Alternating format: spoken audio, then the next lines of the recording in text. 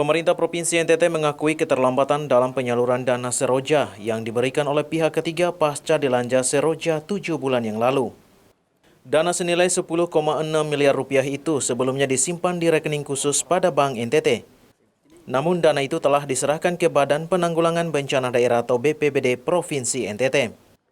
Kepala Badan Keuangan Daerah Provinsi NTT Sakarias Moruk menjelaskan, dana tersebut akan disalurkan berupa barang ataupun bahan bangunan kepada masyarakat yang telah diverifikasi.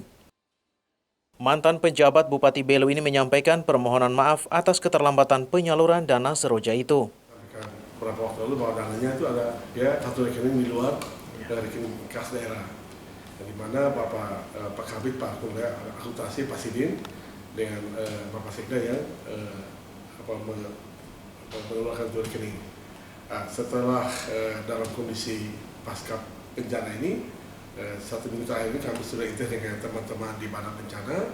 Jadi dana dimaksud telah kami salurkan ke Badan Penanggulangan Bencana untuk segera mendistribusikan apakah dalam bentuk bahan bangunan ataukah dalam bentuk dana ke penerima yang serta dilakukan verifikasi baik oleh provinsi maupun kabupaten kota memenuhi syarat untuk dibantu.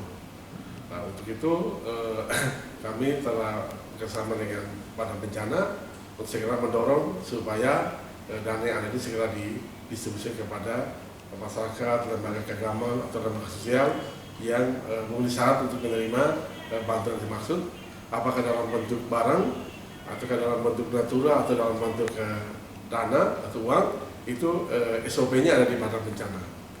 Nah, kami mohon maaf karena dana akan terlambat kita salurkan kepada pihak ketiga, karena teman-teman di Badan Bencana juga memiliki SOP, ada yang tanggap darurat, ada yang istilahnya pasca bencana.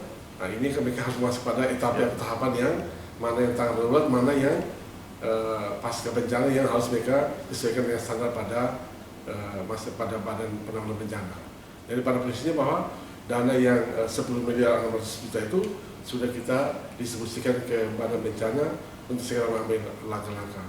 Kita berharap di akhir Oktober ini atau di awal November semua usulan masyarakat dari kabupaten kota yang telah diverifikasi bisa dapat disalurkan dari semua pihak ketiga dimaksud.